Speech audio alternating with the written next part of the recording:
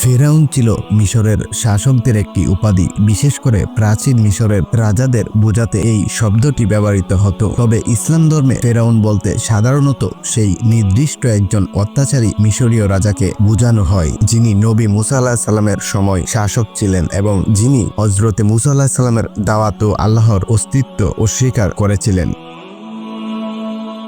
হযরতে মুসা আলাইহিস সালাম ও ফেরাউনের কাহিনী ইসলামের অন্যতম গুরুত্ব শিক্ষণীয় ঘটনা। এই কাহিনী কুরআনে বহুবার বর্ণিত হয়েছে। এতে রয়েছে অত্যাচার, ধৈর্য ও আল্লাহর সাহায্যের দৃষ্টান্ত। মিশরের শাসক ফেরাউন ছিল এক নির্মম ও অহংকারী রাজা। সে নিজেকে খোদা দাবি করত, বনী ইসরাইল জাতিকে দাসত্বে পরিণত করেছিল এবং তাদের পুত্র সন্তানদের হত্যা করত যাতে তারা শক্তিশালী হয়ে তার বিরুদ্ধে বিদ্রোহ করতে না পারে। এই সময়েই আল্লাহর ইচ্ছায় মুসা আলাইহিস সালাম জন্মগ্রহণ করেন।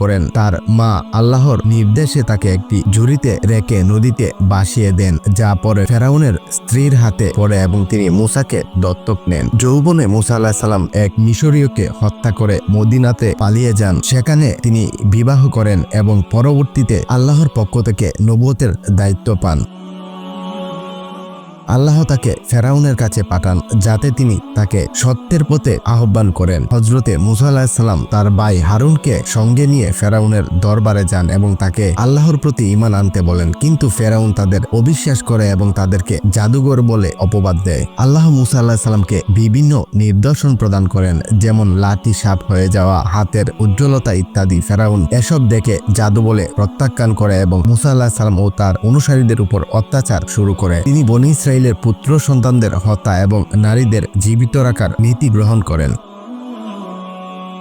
আল্লাহর নির্দেশে মুসা আলাইহিস সালাম বনী ইসরাইল জাতিকে নিয়ে মিশর থেকে প্রস্থান করেন। ফেরাউন তাদের পেছনে দাওয়া করে। তারা লোহিত সাগরের তীরে পৌঁছালে আল্লাহ তাআলা মুসা আলাইহিস সালামকে তার লাঠি দিয়ে সাগরে আঘাত করতে বলেন। সাগর দ্বিখণ্ডিত হয়ে পথ তৈরি করে এবং বনী ইসরাইল নিরাপদে পার হয়ে যায়। ফেরাউন ও তার সৈন্যরা সেই পথে প্রবেশ করলে সাগর পুনরায় মিলিত হয়ে তাদের ডুবিয়ে দেয়। ডুবন্ত অবস্থায় ফেরাউন ঈমান আনার চেষ্টা করে, কিন্তু তা গ্রহণযোগ্য না। আল্লাহ বলেন, আজ আমি তোমার দেহকে রক্ষা করব যাতে তুমি তোমার পরবর্তীকালের মানুষের জন্য নিদর্শন হয়ে থাকো। বর্তমানে ফেরাউনের মমি মিশরের কায়রোতে সংরক্ষিত আছে।